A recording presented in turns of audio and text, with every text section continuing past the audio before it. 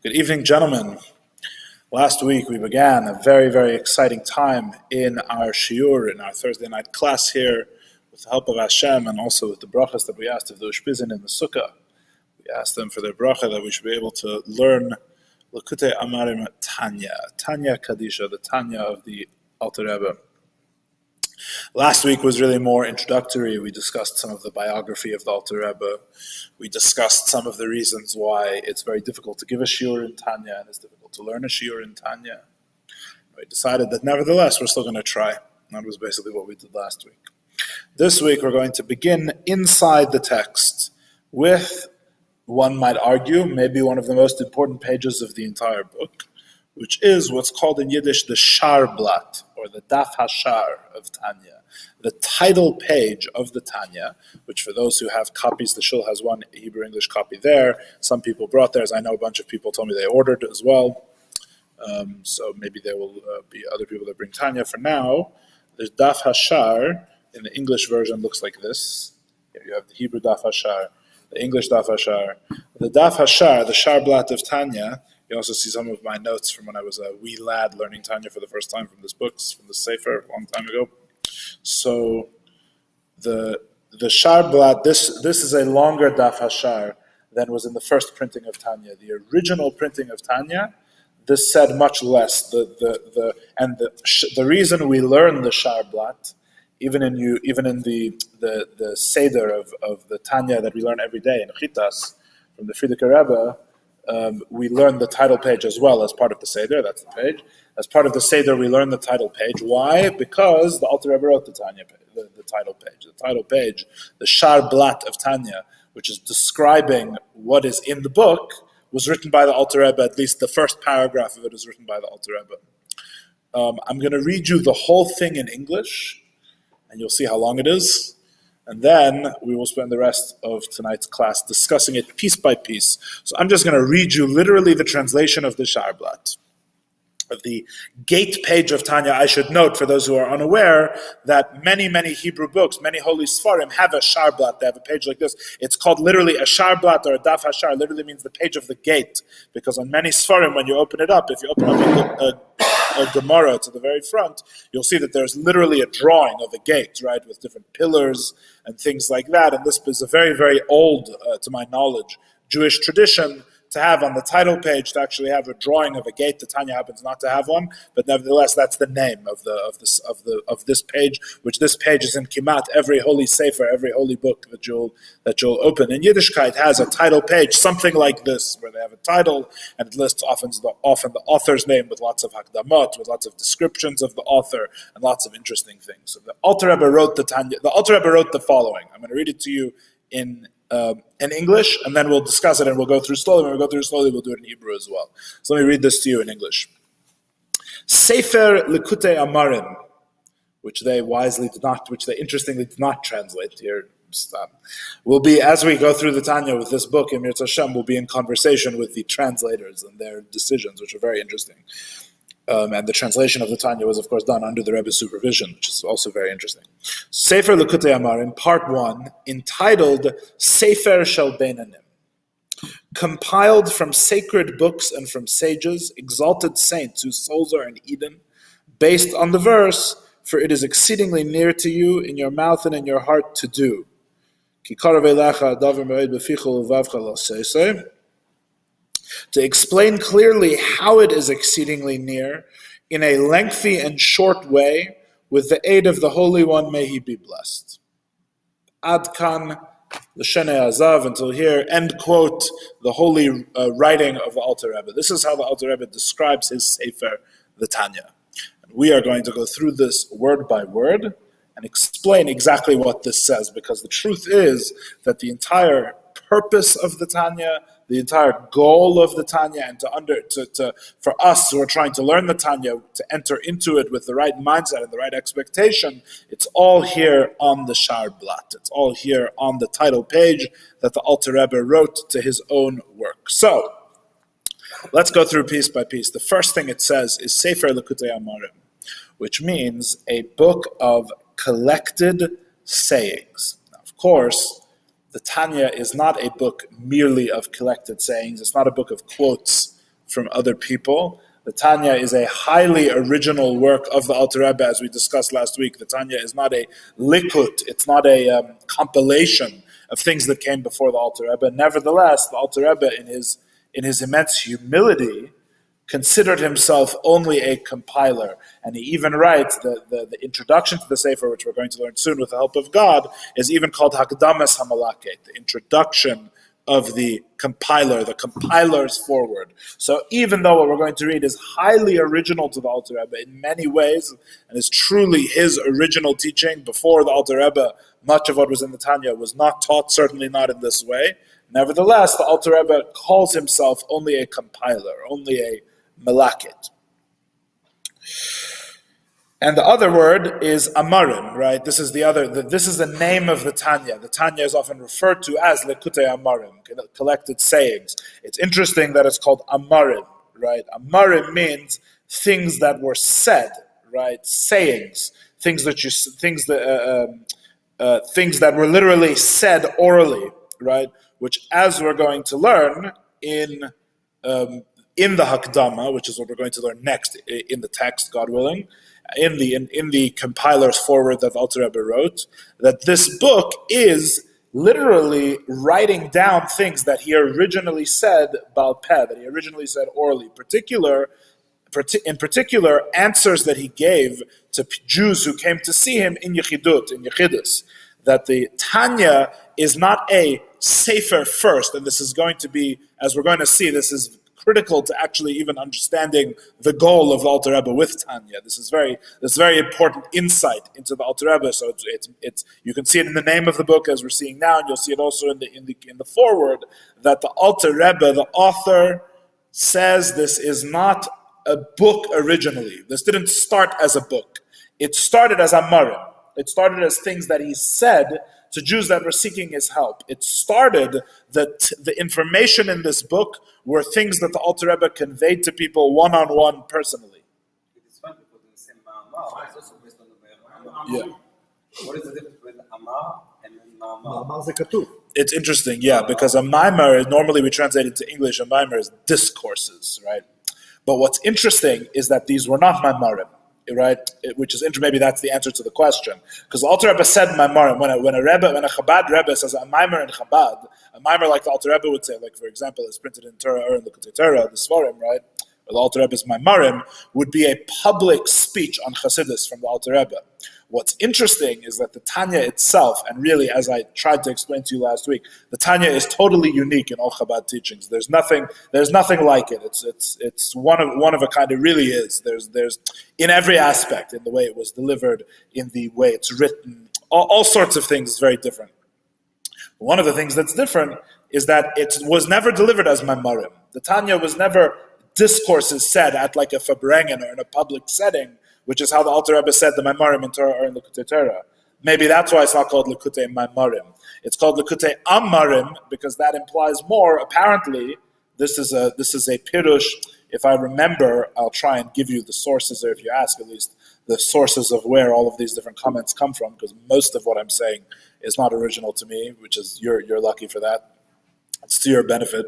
This, I believe, is one of the Rebbeim, either the Rebbe or the Frierdiker Rebbe said that the reason it's called Amarim is because it's imres, it's things that the Alter Rebbe said to people in Yechidus.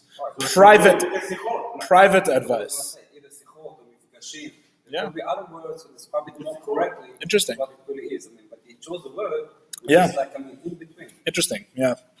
No, I agree. It is interesting.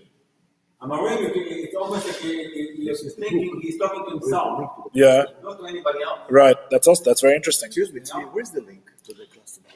I don't see it anywhere. It's not on Facebook and YouTube right now? You're kidding. You're kidding. Put it on the guys of Chabad of Cobb, you put it on the group. I don't see it there either. What do you mean? I don't see the link to the I didn't put a link. It's on the Shul's Facebook page and the Shul's YouTube page. It's not there? Just tell me if we're live on Facebook and YouTube right now, please. Facebook. We are. Okay, good. So it's working. So I don't know. No, I didn't post a link. There isn't a link because the link is created when you go live. There's no link. So You just share the Shul's Facebook page or the Shul's YouTube It's not page. Zoom. It's just No, there's no Zoom. This is not on Zoom. This is just a live stream on YouTube and Facebook. Okay, you're right. It's very interesting, and the truth is I don't know the answer. It's interesting. Sorry, Chiyun. Why? Yeah. These are concepts that he wanted to convey, Yeah. but it just happened to have somebody in front of him that we was. That's what the word implies to you? That's interesting. Maybe that may be the case. Sorry, Chiyun. I'm just telling you what I read. This is what I read. The idea, the main emphasis seems to have been, I forget who said it, unfortunately. I think maybe our Rebbe. The main emphasis seems to have been that this was things that the Alter Rebbe, didn't start as a book. That's the main emphasis. The main emphasis is this is things that the Alter Rebbe conveyed personally to people originally, and then afterwards he made it into a book, as he explains in the Hagdama, as we're going to read, because he says, I didn't have time to meet with everyone, and I didn't have time to give everyone their own personal answer, so what I did instead is I just put all the answers into this format, which itself is very interesting, and as we're going to discuss more in the Hagdama. Okay, so that's Likutei Amarim. But you're right, the word choice is interesting. So there's no question Yeah. and an answer. There's no question, no, and an answer. No, it's not in the style of question and answer, which is itself interesting. You're right. It's not in the style of question and answer, but we did discuss last week that you do have to have a question coming to the Tanya. Why? Because the Alter Rebbe never convinces you of anything in the whole Tanya. There's no ra'ayot, there's no proofs in the Tanya. There's no demonstrations. The Alter Rebbe doesn't say this and this is why I'm right. It's take it or leave it. In other words, the implication being, you came to me with a question, so I'm answering you. In other words, what? No, I agree. I agree with you. Maybe we'll discuss the question in a second. We'll discuss the question in a minute, but you're right. You're right. Fundamentally, the questions are not written in the book, which the implication seems to be that you have to have the question. And we discussed last week, there's also an idea, especially in our generation, that there's also an idea that because the of the Tanya, the holiness of the Tanya, can also call out of the person the question. So even if you don't have the question, you'll study it, and it'll give you the question that it's the answer for, maybe in Yirtzeh Hashem. We'll get to that in a minute, though. That's all discussed in the Hakdama more. It's all discussed. We're going to discuss all that more when we do the introduction. It's all there. It's all in black and white. We'll read it in the words of the Alter Rebbe. So that's the first thing, is Likutei Amarim, collected sayings. The next thing that it says, I lost the page somehow, Hanikra b'shem Sefer Shel Beinanim. It is called the Book of the Intermediate Man. And as we're going to, of course, learn in Tanya, as Tanya famously explains, that there's a certain category of Jew, which is really not a category.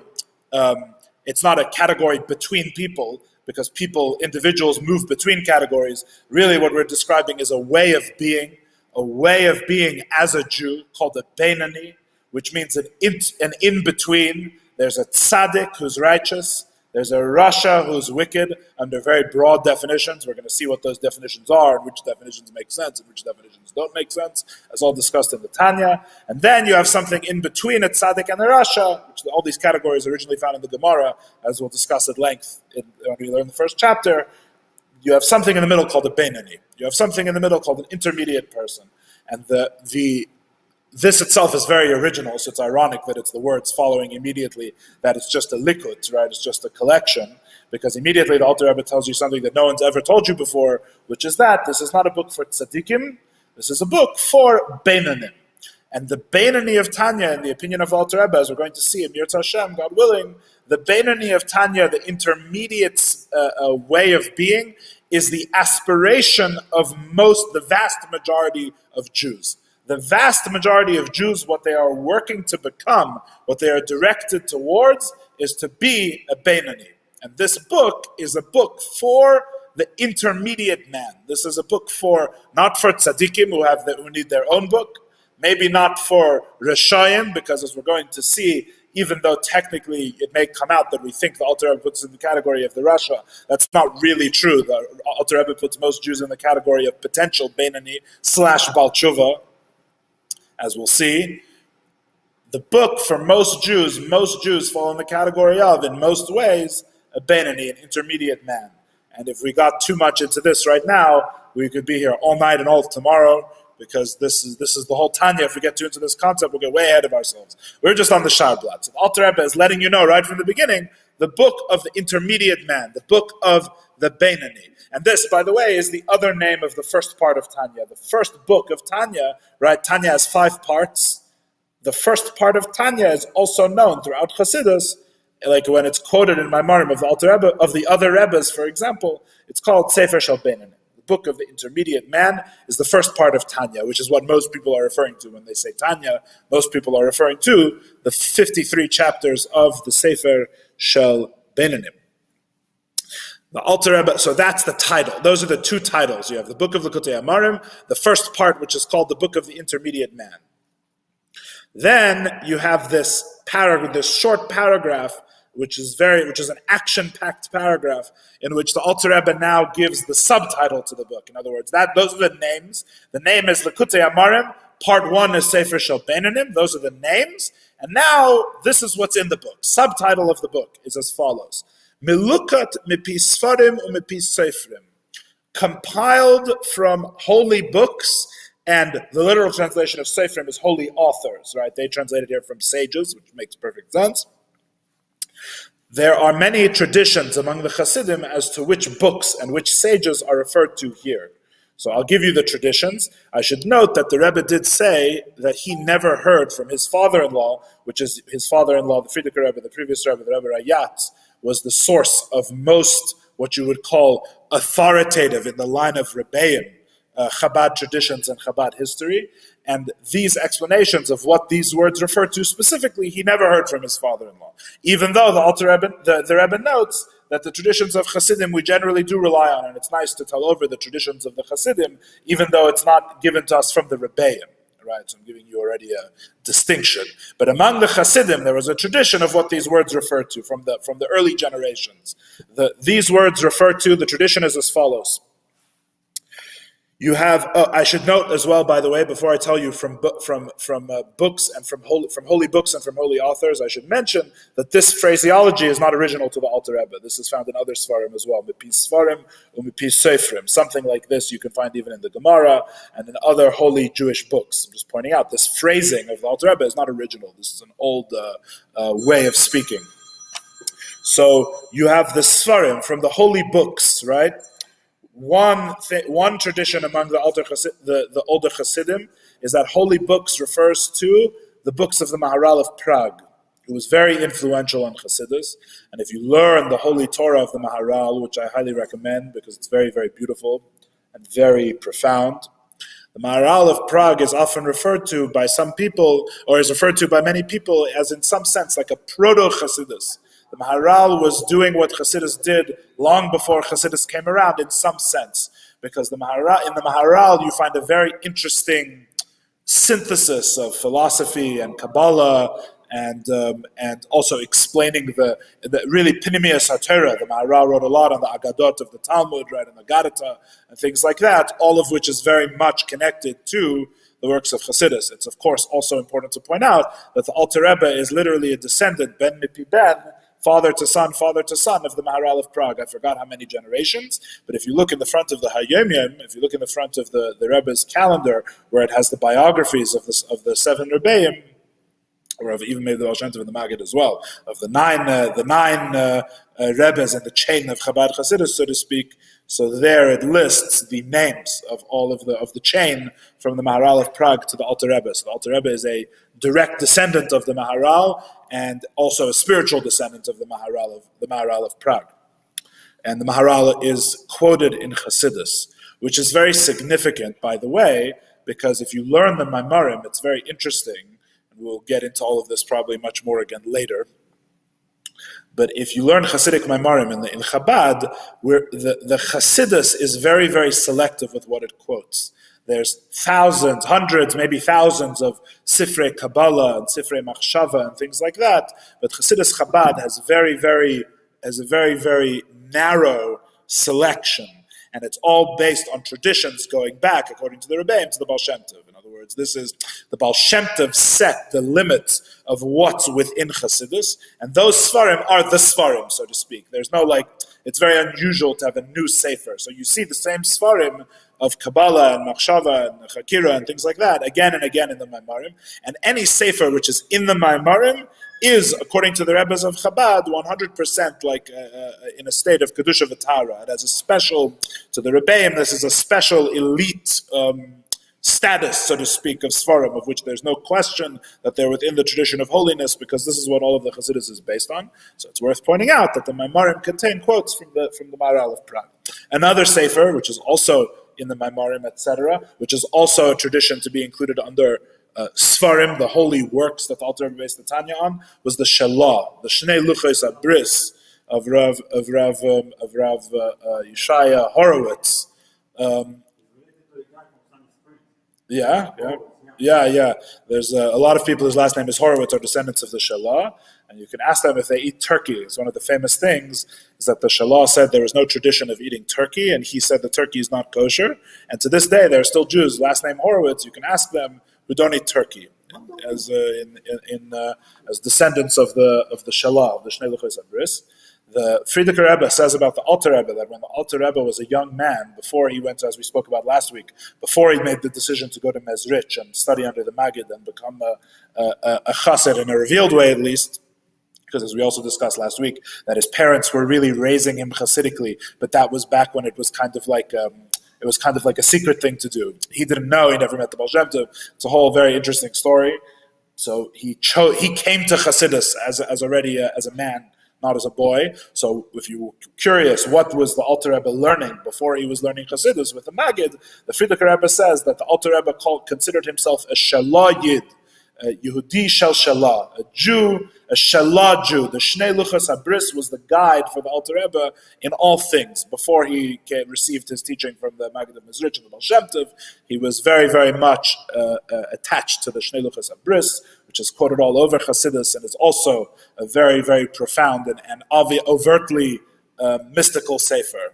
Kabbalah, very profound way of looking at the Torah and the nature of the Torah, etc. So that's another sefer included in these. That's when we say Sfarim, the tradition of the Chassidim is the Maharal and the Shalah, the Sfarim of the Maharal of Prague and the Shnei Luchos Abris of Yeshaya Horowitz. And then you have Mepis Seferim, which is from holy sages, right? Which implies, if the other ones are books that the Alter Rebbe learned, he learned it from Sfarim, right? So the Seferim means the sages that he learned with himself personally, right?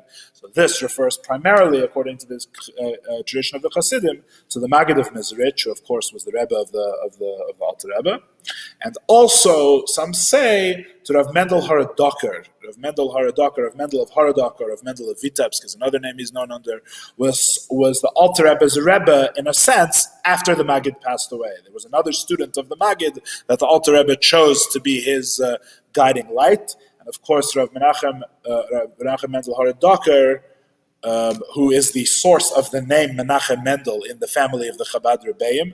Tzemach Tzedek was named after him, which is where the name came into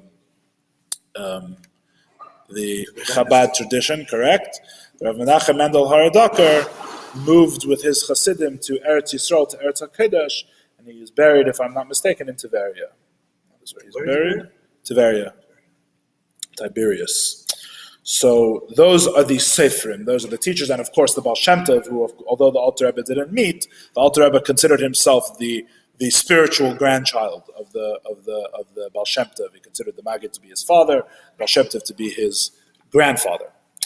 Also quoted in the Tanya, I'm going to give you the list, okay? So even though this is not the tradition of the Chassidim to be the books referred to on the title page, these are things that are quoted in the Tanya. So in other words, you will see these Sfarim in the Tanya, okay? Maybe there are others, but you will definitely see, in addition to the ones already discussed, you'll see, of course, the Zohar many, many times. The Rebbeim of Chabad hold the Zohar in incredible esteem, obviously. Tikkunei Zohar, which is like the Zohar, of course, which is like an appendix to the Zohar. You mentioned that the Alter Rebbe never met the Baal Shem Tov, correct. The Baal Shem Tov passed away when the Alter Rebbe was 15 years old, and according to the tradition in Chabad, according to the Frierdiker Rebbe, I believe the Baal Shem Tov specifically asked the Alter Rebbe's parents that they shouldn't bring him to the Baal Shem Tov, because the Baal Shem Tov wanted that the Alter Rebbe should belong entirely to the Maggid of Mezrich. the story. Baal Shem Tov didn't want the Alter Rebbe to have like this dual identity where he was attached to the Baal Shem Tov and then to the Maggid. He said this is for the Maggid alone. That's how the story goes. And it's very interesting to point out, as the Rebbe points out in his Sichos, that the Baal Shem Tov, the Maggid, and the Maggid and the Alter Rebbe were alive at the same time for 15 years. I think I mentioned this last week. And it was the same with Avram, Yitzchak, and Yaakov. They were also alive together at the same time, 15 years. In the place of in the cemetery of the Talmidei Baal Shem Tov, Yeah. they were all necessary actual Talmidim or Talmidim by, Which burial place? in Tiberium. Oh, I don't know. Very good question. I don't know. No, I'll tell you why. Because my great-grandfather Yes. buried over there, and it was the Talmid of the Baal Shem Tov. Yet it was a good friend of the Alter Rebbe. Yeah. Alter Rebbe actually financed him for like 20 years. Who? Rav Kalisker, right? Yeah. Rav Kalisker, So yeah. I wonder how come it just, the age just doesn't fit that. No, I think it does because because I'll tell you why. I'll tell you what's confusing you. Because the Alter Rebbe was the youngest, that we mentioned last week, was by far the youngest Talmud of the Maggid in the Chevraya Kedisha. The Maggid had many students, many of whom were like grandfathers when the Alter Rebbe arrived, I think when he was 20 or something like that. And the Alter Rebbe was by far the youngest. He was the youngest, and he was the most, and he was also Litvish, which is like strike one and strike two, right? So it was very different than some of the other Talmidim. So it's very possible that other Talmidim who were much older, if you had a 60-year-old tzaddik who was a student of the Maggid of Mezrich, he could have known the Baal Shem Tov very well for many years, right? But the Alter Rebbe never met the Baal Shem Tov. So you, The Rebbe was part of the Maggid. So on a soul level. yeah, maybe. I mean, as we're going to learn in Tanya Perek Beis, God willing, everyone has a spark of the tzaddikim of the generation. Yeah, but I agree. There's definitely a specific kind of connection. And you can see, if you really get into it, which at some point we probably will, into the way the Hasidus came down and was changed and evolved through the Baal Shem Tov and the Maggid, you can see, at least midas tachton, not that it means anything, because, well, who are we to understand these things of tzaddikim, but you could even give an explanation, even al pi seichel hapashut, even according to simple reason, why the Maggid had to be in between, because you can't get from a Baal Shem Tov to an Alter Rebbe without a Maggid, whatever, but that's all very, that's all the presumptuous fun stuff that we'll get to later. We don't really know why, but we can speculate, which is fun. Okay, you also have quoted, of course, in the Tanya, the Rambam. And interestingly, not just the Rambam in Mishnah Torah, but the Rambam in Mer Nevuchim several times. The Rambam in the Guide for the Perplexed is quoted in the Tanya. You have the Ramak, of course, in the Pardes many times, Rav Moshe Cordovero. You have Rav Chaim Vital in the teachings of the Arizal, which is fundamental to the whole Chassidus. The whole Chassidus, in a sense, is founded on the Kabbalah of the Arizal. We said the Maharal and the Shalah. You have the Rabbeinu Bachia, of course. Yeah, you have the Ramban. The Ramban is quoted. You have the Kuzari. You have the Cheves Halavaves, which is also held in extremely high esteem by the Chabad Rebbeim in general. And you have the Sefer HaIkrim of Rav Yosef Albo. So you have an interesting mix of Chakira, Musar, Kabbalah. These are the types of Sfarim, other than, of course, all the obvious ones, which I didn't even mention. It seems that way, yeah. As any Sephardi would tell you, the Frierdiker Rebbe says that the Alter Rebbe had Sephardi ancestors. Anyone would tell you, right? You know that. No. Oh, well, as any Sephardi would now tell you, now that they know, Now I will tell the you. Alter Rebbe, Tell everybody. Sephardi ancestors. Yeah, there was a lot of cross-pollination. They knew of these. Of course, they had these Sephardim in the times of the Alter Rebbe. And it's interesting to note that although the relationship between how should we put it? Although the Chabad Chasidim's attitude to learning some of these Svarim is complex, for the famous question is, do Chasidim study the More Nevuchim, which is a very complicated answer, and the answer is usually kind of no, not really, not encouraged, learn Chassidus instead. However, it is interesting to note that, as the Frierdiker Rebbe describes, when the Alter Rebbe made his Chadarim, when he made his yeshiva, the Alter Rebbe's yeshiva, which was a very elite yeshiva, right? It wasn't really a yeshiva that had like admissions, but like if you came and you were shaykh, you had an ability to be a student of the Alter Rebbe's little system that he had. I don't know how many students were in this yeshiva. He probably says, and I forgot.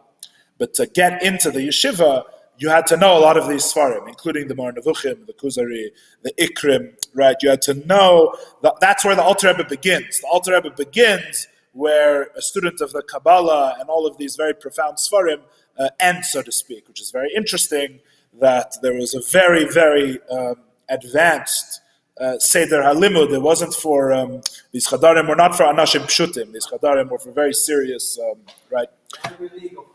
Yeah, exactly. Well said. So, there you have Sfarim and Seifrim. You have the authors and you have the works. Kadesh Elyon Nishmas in Eden, right? Of supernal holiness whose souls are in Eden.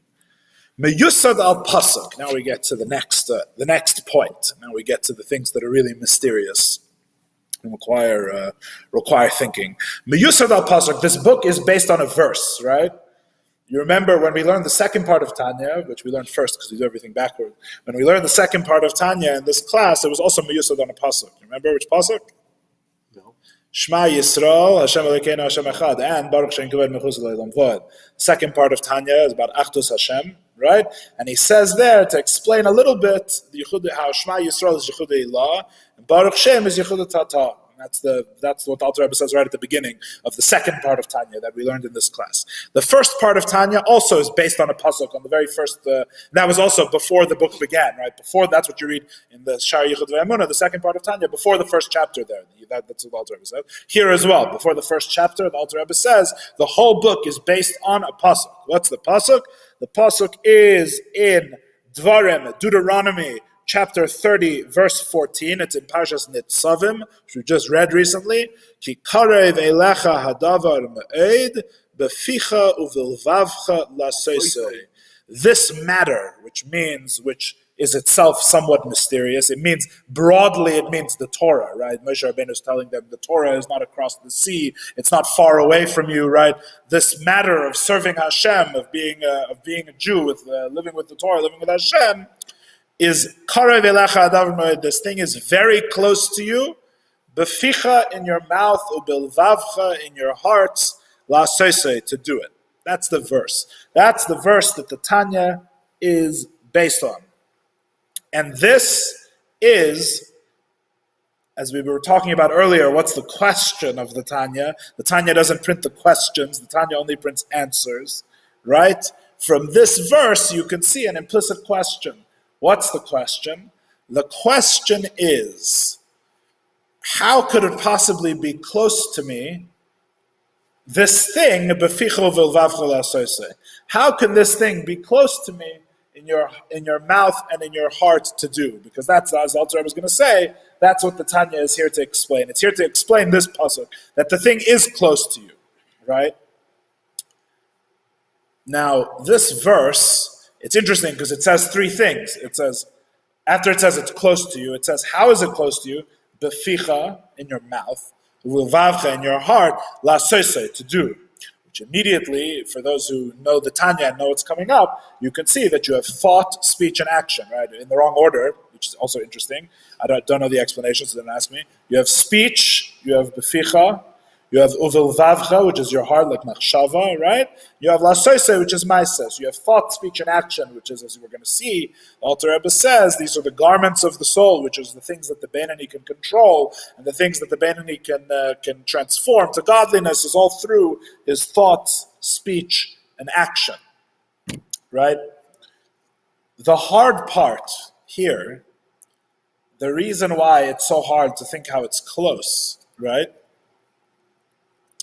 is not the action, because actions, as we're going to see, are basically within the person's control. So it's easy to at least see how it's close to you. If someone says, behave, right, do the right action, it's at least close to see. It's imaginable how that action could be a certain way. Then you have beficha, you have in your mouth, which is the difference in speech, which speech is also more like an action, right? The real sticking point here, the real mystery here, is when the Torah says bilvavcha, in your heart, right? The Torah is close to you, not just in your action, not just in your speech, it's close to you in your heart. And here we have a mystery, right? Because the heart does not seem to be within the control of the person. Now, we say that thought is within the person's control, but the truth is that a lot of the thoughts we have are not voluntary the way that actions and speech are, right? Thoughts just come and go by themselves. And our thoughts are all based on our midot, on our heart, right? On the state of our ava and yira, as the Alter Rebbe will explain, and our love and fear, and what we love and fear, and in what balance, and to what extent. And so the real question, it turns out, when you look at this pasuk, when you look at this verse that the Tanya is based on, the question that you're coming to the Alter Rebbe with, from the very first page of the Tanya, what's the question that the 53 chapters of the Sefer Shel Beinanim are going to answer? The question is how is it close to me in my heart? My heart is what it is. It doesn't seem to be immediately in my control. How do I change what I love and what I fear, right? That it should be in a way of serving Hashem. This is the great mystery. And as we said last week, you have to remember, and as we just spoke about the Chadarim as well, the type of people, the elites that would come to the Alter Rebbe, also simple people as well, but up to the elites, right, the whole range. These people who are coming to the Alter Rebbe could possibly be a great scholar of the Talmud, meticulous in their observance of mitzvot, right, very, very careful, very frum in the positive sense of the word, right, a very observant Jew, very careful with the mitzvot, very learned in Torah, Gemara, Paskim, ethical teachings of the Torah, philosophy. You could have all of these things, and yet there's still a mystery that remains. And this is the mystery that you came to the Alter Rebbe for. The mystery is that I have all of these things, but I still don't have the love and fear of God, which is something that we're going to explain more momentarily. We're going to get into this in a second. I would also like to point out more subtly, right, the one level of the question implied by this verse, or the purpose implied for this verse, is what we just said, that how can it be that the heart, to do Torah, have Torah and God in your heart, is karov ma'od, is very close to you, that your heart should be transformed for godliness. But there's even a more subtle level here, which is because the pasuk, even though the heart seems to be the mystery, right? In other words, it seems that my action should be godly in some way. It doesn't seem so difficult, right? Any Jew can say Tehillim or put on tefillin and say that my actions, at least in this area, right, are not so bad. My actions are okay, right? And as we're going to discuss when we get more into the Tanya, it's not all black and white, right? You can divide up between mitzvahs. The Rebbe said that some people in some mitzvahs are a Beinani, and other mitzvahs they're a Rasha, and other mitzvahs they could be a tzaddik even. It's not all one size fits all, right? It's more subtle than that. So action and speech, which are very voluntary, right, as opposed to the heart, seem to not be really the question of the verse. The ikar of the verse, the main thing seems to be the uvil vavcha, seems to be the question, right? One of the Alter Rebbe has to explain how it's very close to you. What seems far is the heart. But if you go one step a little more subtle, right, a little more edel, if you read more carefully, the verse says all three together, right? It says beficha uvilvavcha lasoisa. And the Alter Rebbe didn't have to quote the whole verse. The Alter Rebbe could have just quoted uvilvavcha. But instead, the Alter Rebbe quotes all three, which shows you that it's not just to have one, but as we're going to see, as in fact what the Tanya is all about, is not just to have one, but to have all three together and working together in harmony in one integrated whole, which if you think about it, is much more difficult, because you find a lot of people who have a passion maybe for spirituality, say, or for godliness, right? Or who could be very passionate about a relationship with Hashem, but that passion doesn't seem to inhabit the beficha or the lasoise, right? You can have someone who's very passionate and may feel some kind of love or fear of God at some point, but that love of God is not the fire that's within their wrapping of the tefillin. They wrap tefillin as one part of their life, and they love God as a different part of their life, right? The Alter Rebbe is saying, but what's supposed to be karov to you is that all three of these things are all karov. They're all together, right? You have what's in your thought, speech, and action with what's from your heart comes into your behavior, and they're all supposed to be as one. They're all supposed to be unified, which is a little more edel reading of the question here. The question, because a lot of the people coming to the Alter Rebbe would also feel love and fear of God. Who doesn't feel some love and fear in some sense occasionally, right? Maybe on Yom Kippur or on Simchas Torah for that matter, whatever it is, right? But the question is that number one, that seems to be its own thing, unconnected with my wrapping of tefillin on a regular Wednesday. And it seems to be fleeting. It seems to be only in its own time, not at other times, right? These sorts of questions of how to have an integrated Jewish life, where you not just have the passion, but that the passion is one with the mitzvah, is one with the service of Hashem, right? It's not that the rules and regulations get in the way of being passionate about God, right? Because it's easy to be spiritual when you break free of all rules and have no responsibilities, right? And it's easy to be very religious and very strict with no heart and no feeling, but to put them together is much more unusual, it's much more difficult. So that's the more edel level, the more subtle level of the question, right? How can I have all of this as one?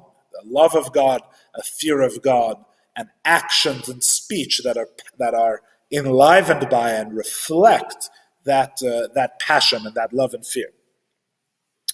That's what the Alter Rebbe is here to explain. This pasuk, levoyer hetev, to explain very well, eichu karev ma'ed, how this is very close. This is the goal. We're going to explain how all of this is within your grasp. It's very close, right?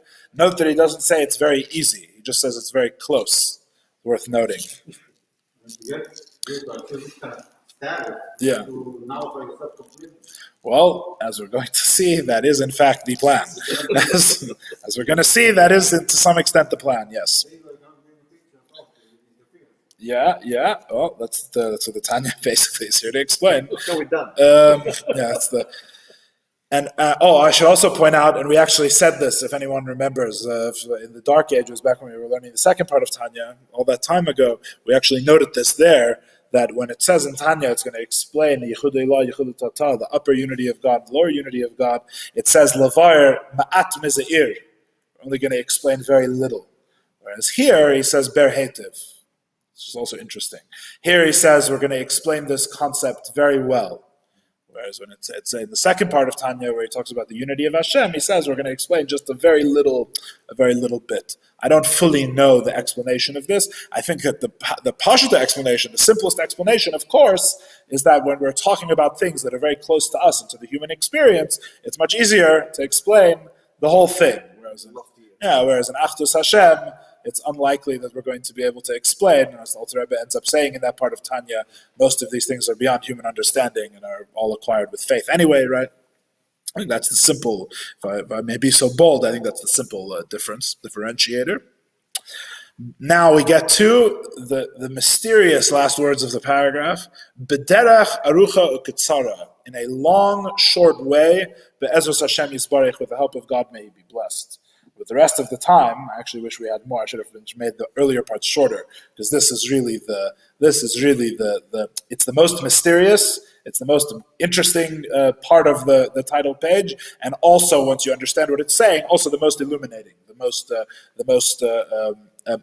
explanatory of what the Tanya is, of everything that's on the title page. So, there's two primary ways that the Mefarshei HaTanya explained this. One of them was favored by the Rebbeim. So in other words, one of them is more of a from the Chassidim, and then there's what we're going to call in this class, because in this class we respect the Rebbeim, we are going to call this the correct explanation. So we have the explanation from the Chassidim, and then you have the better explanation. So the explanation from the Chassidim, and this is a very old tradition in studying the Tanya, is that the derech arucha ketzara, it's mysterious, right? The long short way. What does that mean, right? So the one tradition says the long short way means there's two ways described in Tanya. There's a long way and a short way to get to the karav ma'od, right? How do we get to the godliness being close to you in your heart and in your mouth to do it, right? So there's a long way and a short way. And as we'll see, with God willing, when we get there, who knows when, that chapters, if I recall correctly, 16 and 17 of Tanya describe one way.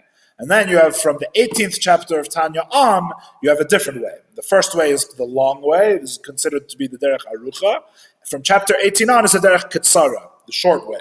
And the difference is, I'll explain very briefly, that the long way of acquiring this level of this state involves contemplating godliness and creating love and fear within your own heart, right? You create your own love and fear of God through using your mind, through hisbonenus, through contemplation of godliness. That's considered the long way, and it's the long way because everything that you build yourself takes longer. That's why it's called the long way.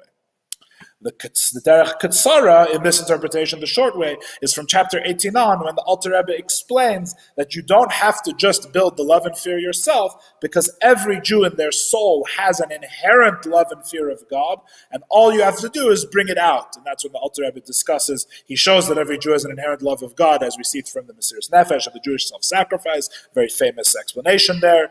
And that we can bring this out, and we can bring this into our daily lives, and so you don't have to create it yourself. You can rely on what you already have. That's the short way, right? So you have two different sections of Tanya: one way the long way, one way the short way. This is the traditional. Beer of some of the Chassidim of what it means. The long short way. There's literally two ways in Tanya. As we're going to see, there's two approaches. There's a long way and a short way. Yeah, maybe that's a good way of putting it. The Rebbeim explain a different way. The Rebbeim say no. Arucha Katsara is describing the whole book altogether. The whole thing is Arucha Katsara. It's not that there's two ways. There's one way that's Arucha Katsara, and actually, this is the more obvious explanation, because this lashon comes from a Gemara.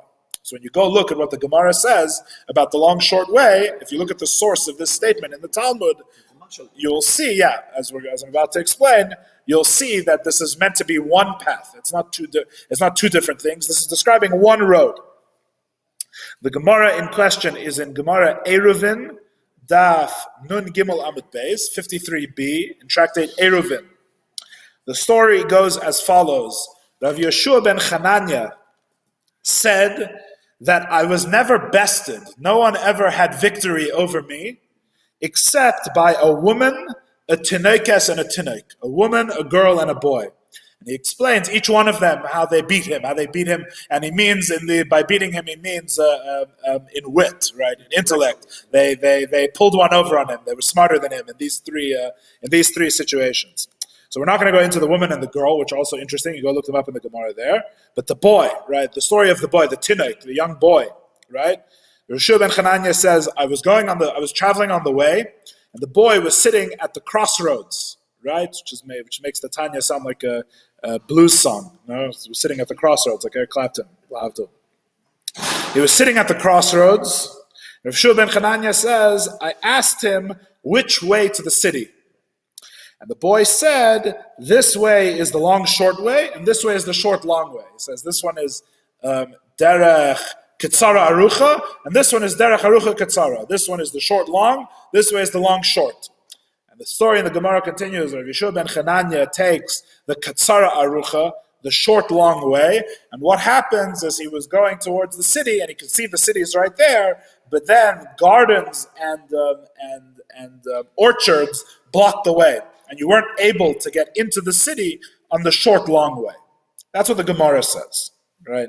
That's what the Gemara says. So the short, long way is a way where you can see the city right in front of you, but you can't get in, because there's ganais and pardesim, there's gardens and orchards, which is very interesting. The whole story is very interesting. In general, I get very distracted when I learn Agarata and the Gemara, because it's just like, it's so weird and so fascinating to me. Anyway, so you get to the I'm interested that he was going on the way, and why is this boy sitting at the crossroads? The whole thing to me is very mysterious. Anyway, so his way is the short long way is that you see the city right there, but the way is blocked. You can't get in, right? And the Gemara doesn't say the long short way, but it's mistaber, right? It makes sense. The long short way is the opposite, right? The long short way, which is the way of the Tanya, the Alter Rebbe's way. The long short way is a way where it goes way around. It seems like you're going far away from the city. But when you get there, you can actually enter. You can actually enter the city. It's the opposite way, right? So the Alter Rebbe's way, based on the Gemara, is the long short way. You go a long distance and you actually get there. And when I was preparing this shiur, with some svarim, with commentaries on the Tanya, etc., when I was preparing this class, I noticed something that I've never in my whole life noticed before, and which is quite incredible because it's if you're paying attention, it could like slap you in the face, right? Which is that this whole idea literally contradicts what the Alter Rebbe just said. The Alter Rebbe just said this whole book is to explain to you, Karev Ma'ed. It's very close. How are you going to get to what's very close? Oh, you have to go a long way. Right?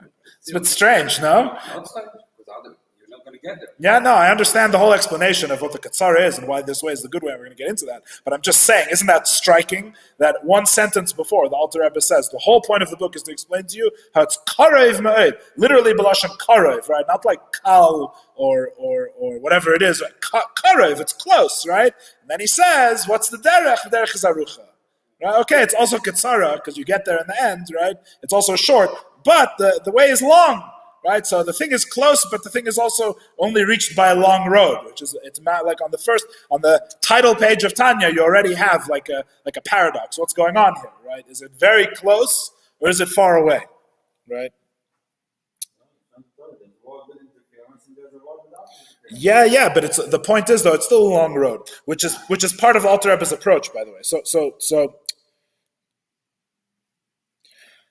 the explanation is like this. I'm going to explain it in my words with the time remaining, okay?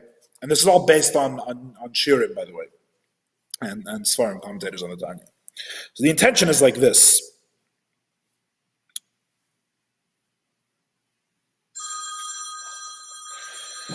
The goal is to enter the city in the metaphor, right? Which, as we just explained, for the Alter Rebbe, that means acquiring Avas Hashem and Yiras Hashem, right? And in a way that it's all one, as we said before, with the action and the thought and the speech, right? That's the goal. That's the Alter Rebbe's entering the city. So to enter the city, you have to go a long way because, as we just explained, this is not something that you would naturally think is karev. It's not something you would naturally think is close. On the contrary, this seems to be something that's very difficult. How can I change my heart that it appreciates godliness and it affects all my aveda in this way? So it's mistaber, it makes sense that the city should be far away. And it is, in fact, far away from where you are now, as the Alter Rebbe even explains. The Alter Rebbe is going to explain that to accomplish this karev ma'ed, which is why I noted it doesn't say easy, it just says karev, right, is a tremendous aveda. It's a whole lifelong effort to acquire this karev ma'ed. The karev is not really, so we're going to have to understand what karev ma'ed means then in a second. But to accomplish this goal of acquiring love and fear is clearly a lifelong effort. Why is it a lifelong effort? Because you're basically have to, as Shimon noted, you have to totally transform yourself, right? That's the goal. The goal is complete self-transformation. So if I'm one person now, and the goal is to be what is a fundamentally, deeply different person, right? Obviously, that's going to require a long journey, right? It's just... That's not a new concept. I mean, you mentioned before, Moshe Rabbeinu says even, lo b'shamayim. Yeah. Even though it's like it's still on earth, I mean, you need to work. I agree. Together. I agree. Yeah. Yes. Or there is shortcut. However, well, there's no shortcut. We say it's kitsara. On the other hand, the road is kitsara. It's long, but it's also short, right? Short, in the meaning of the Gemara, this short means you can enter. That's what short means. Short means that when you get there, you actually enter the city, right?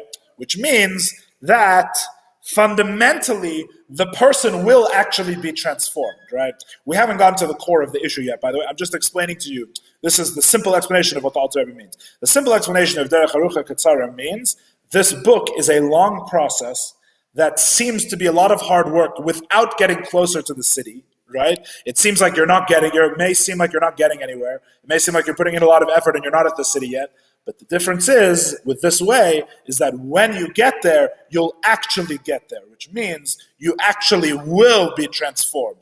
You will acquire the goal of this ultimate thing. That's what Derech Harucha Katsara means at the simplest level. But I mean, there's also another, people will say, like, it's a long way. People are going to be litesh, Despair. Yeah, so I mean, there's no way to write a book and say, look, I mean, it's not for you. He wanted to have it in a way that people are going to be attracted to do it. But I think, Yeah. that he's not talking about time. כאן זה לאנש, כאן זה לאנשים שמבינים על מה לדבר. apply here. Yeah. What applies here Yeah. is the objective. Yeah, I agree. So one second. One second. We're thinking time. Yeah, no, it's not time. It's not time. It's effort. We're talking about effort. But the thing is that here's really the crux of the issue, and this is what's going to leave the core of the issue, which is going to lead us into next week's class and beyond, etc. Right? Here's the core of the issue. The core of the issue is, and I'm going to explain what I mean more. So just give me a second. If the journey is transforming the person entirely, right? And this was a question that concerned the Alter Rebbe very much. If the journey is transforming the person entirely, can you even say that it's the same person that enters the city as the person that started out on the journey? Right? Well, the story, the mashal seems to say that one person sets out on the path, they go on a long journey, and then they actually enter the city. Right? There's a core tension here. The tension is that if it's a long journey and you're totally transforming yourself, right? How can it be that that is the person that enters the city? And on the contrary, if you think about it, what we mean by journey, which is not in space, right, but is the journey of transformation, right? Really, the very fact that we say that it requires a derech harucha, which means this lifelong effort and all of the things the Alter Rebbe is going to explain that you have to do, right? Would you even want to be the same person that was entering the city, right? Which is almost connected to what Eyal was saying in a way, which is that won't people despair? I have a slightly different question, which is, why would the goal that I had of entering the city in the first place even be my goal when I'm halfway down this path? Don't people change? Isn't the journey self-transformation? Won't the self-transformation show me that this city is not even the city I originally went to go to? If it's a real self-transformation? If you're changing your ava and yira, if you're changing your heart and what your heart appreciates, it seems very unlikely that the city you originally thought you were traveling to is even the city you're going to, right? So in other words, it's hard to see how the mashal and the nimshal even really connect with one another, right? Because this is a metaphor of the person who sets out to go to one city, and this path is actually going to take him to that one city. Maybe it would be more of a chachma. Maybe it would be wiser to say that you'll go on the path, and the path itself will show you the city that you want to go to, or whatever it is, right? You'll figure out which city you're going to when you're on the path. That doesn't seem to be what this says. This seems to be the person sets out to totally transform themselves. They're going somewhere where they couldn't be before, totally transform themselves in Avas Hashem and Yiras Hashem. And yet at the end, they'll enter the city that they were originally planning on entering. And that's the whole Maila of the Katsara. That's what it means the path is also short, that city they will actually enter. And now we get to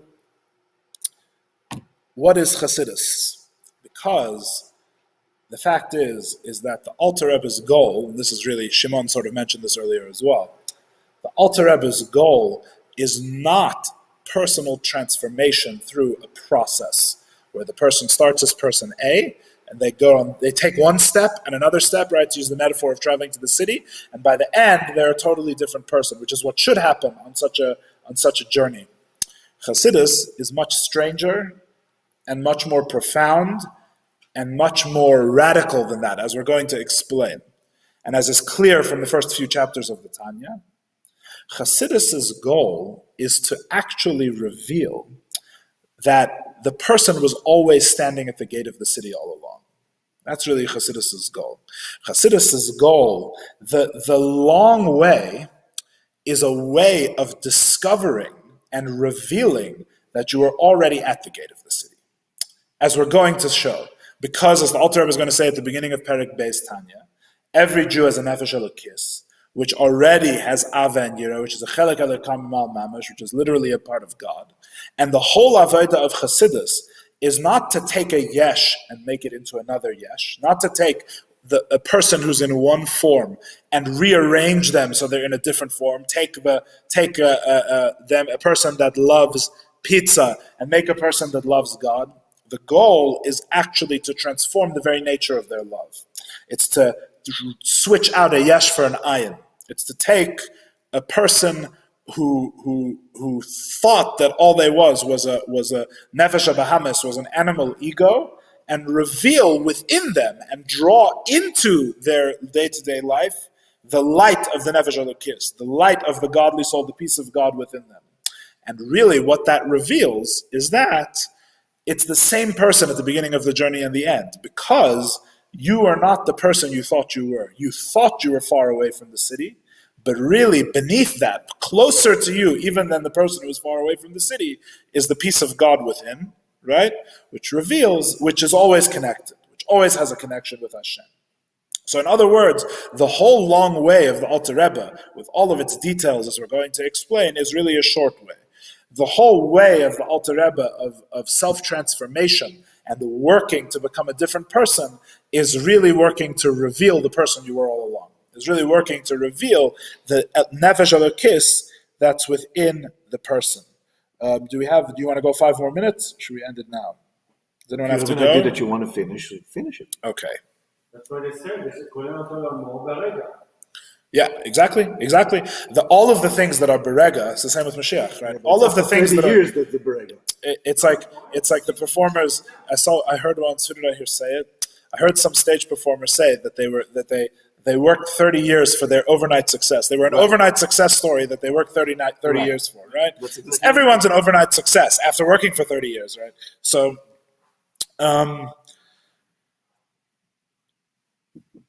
we're going to get into, this will also continue, God willing, into next week's class, so we're not going to get through everything I wrote here. This really opens up what is the whole approach of Chassidus, and we'll take this with us also into the what we're going to read next, which is the Alter Rebbe's Hakdama, the Hakdamas HaMalaket, right?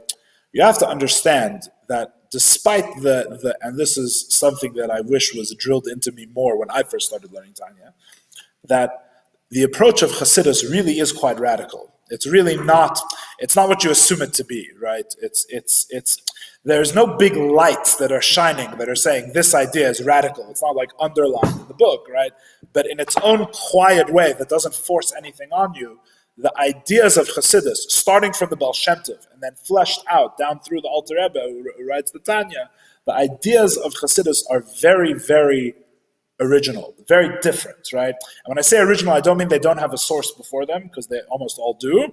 I mean that this way of looking at things with these things as the ikar, right, really is different than other approaches. Okay, what do I mean? Let's get into this idea more, right? What's this whole idea with what's the function of having a piece of God within a chelek alekamim al mamish?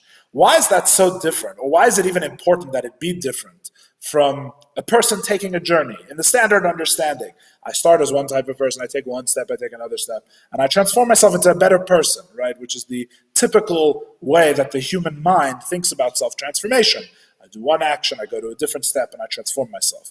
What's this whole idea of the chelek alekamim al mamish, of a piece of God above, literally, that's within the person, and that the whole aveda, the whole journey, is just to reveal that I was always connected in the first place, to reveal this nefesh? Why is that so important? As I mentioned last week, I believe, the Baal Shem Tov, the holy Yisrael Baal Shem Tov, heard from his father on his father's deathbed 2 teachings. He heard 2 things from his father on his father's deathbed. His father told him when he was a very young boy, as the tradition goes, his father told him 2 things. He said, number 1, fear nothing except God alone. And number 2, love every Jew with your whole heart. And these, of course, are the 2 foundational teachings of Chassidus. This is what, if you ask someone, what does Chassidus teach? There's 2 things. There's a God-focused area, which is all about Achdus Hashem, Einod Milvado. There's nothing other than God. And there's a human aspect which is characterized most profoundly, in a very profound way, as the Alter Rebbe will explain, God willing, in the 32nd chapter of Tanya. Who knows what year we'll reach that. As the Alter Rebbe will explain, is all about Avas Yisrael, it's about love of your fellow Jew. These 2 things of fearing nothing except God alone and loving another Jew with your whole heart are, in the view of Chassidus, right?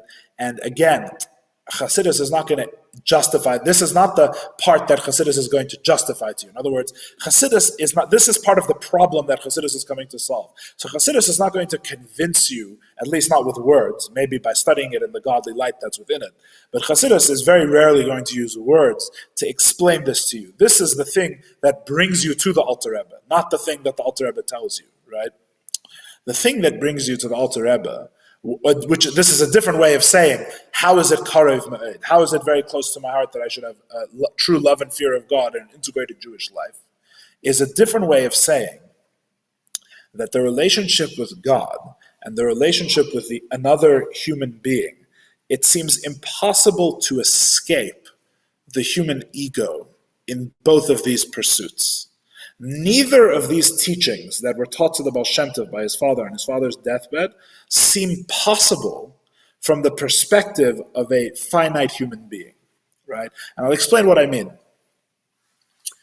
To fear nothing except God means that I have to set aside everything that I know about my own being. The deepest instinct of any animal is self-preservation, survival, right? The survival instinct, in some senses, is a very, very profound aspect of every created living being, really.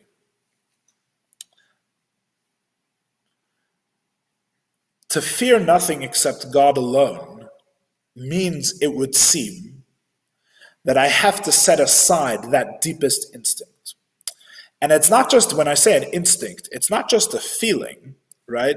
It actually covers. It's like as the Michtav Meliyahu would say, as Rav Eliyahu Dezler would say. You heard of Rav Dezler, Michtav Meliyahu, famous Rosh Hashiva in London, who wrote a very popular modern Musar sefer called Michtav Meliyahu, right? Who also studied Tanya with Rabbi Tzvi Kilov, and wrote a question to the Rebbe anonymously through someone else, asking semi-anonymously through someone else, asking about the different shitot in the Tzimtzum. It's a whole story, whatever. So Rav Dezler would say it's an inyan of a tzad sheichad. It's sheichad, right? Sheichad is bribery, right? The survival instinct is below seichel. What's the proof? The animals don't have a human intellect and they have a survival instinct, right? So the whole idea that somehow my seichel should determine my survival instinct is profoundly circular, right? In the sense that everything I think, and the whole way I look at the world, emerges from, literally in childhood, right? And also at every moment in terms of influence, is all based on the most foundational principle of my animal being, which is my own self, which is my own survival, right? And it's not clear how any thought that I can have or any concept that I can grasp can escape that influence, right? Even if what I'm thinking is, I should be selfless, I shouldn't fear things within the world, I should fear only God is real, never mind what my eyes are telling me that there's all these things out to destroy me and to crush me and all these scary things, right? And there's wild animals and there's disease, right? And there's the huge government conspiracy that's coming for me, whatever your thing is, right? How can I ignore all of that and fear only God alone? And even if you say that I am ignoring that and you tell yourself I'm ignoring it, even those desires to ignore it, where do they arise from? If you really are a Mare de Chushpana, right? If you really are someone that's very honest with yourself and you assess your thought processes carefully, you'll realize that this itself is also a form of self-defense. This also arises at some level from a need to make yourself safe or to perpetuate yourself. If not from these things, then in a different way, from a different side, from a different angle. And in fact, someone who's very precise with themselves will realize that there are all of these things, and it's not just survival in the most basic sense. There's all of these other fears and desires, loves and fears that come off of this, right? Which totally control and totally dominate the person's way of looking at the world, right? Then you have Avas Yisrael, which is the other pillar, which is equally impossible in this state, right? Maybe even harder. Because it says you have to love someone with your whole heart, right? When do you ever love anything with your whole heart? Because the fact is that almost all of our loves and almost all of our attachments are based on, again, self-perpetuation, the tzir of the self, the form of the self. True selflessness, right, in the most radical sense of the word, because again, Hasidus is radical, true selflessness does not really seem to enter much into. Sure, you have altruism and people that give up their lives, but even that, in fact, if you're very cynical and very skeptical, which, by the way, Hasidus is a profoundly, there's this weird thing, which I'll try and explain more in better words at a different time, where somehow Hasidus is an incredibly, despite its incredible faith, it also is incredibly skeptical. It's incredibly questioning of all things, especially in the human heart, right? It doesn't believe any lines that anyone's selling it, which I believe you can see even in the interactions of the Rebbe with people. I believe you can see this skepticism in the way the Rebbe understood the world, whatever. Even if a person gives their life, right, for a cause in this deep act of altruism and this deep act of love for another, right, you can even find within that that's based on their whole way of looking at the world that told them that this person is the right person to sacrifice myself for. And how do they know that this is the right person? So if you really dig into it, you'll see that again, it's all rooted in the self. It's all rooted in this animal ego. And so the two things that are foundational to all of Avodas Hashem, which is fear nothing except God, right?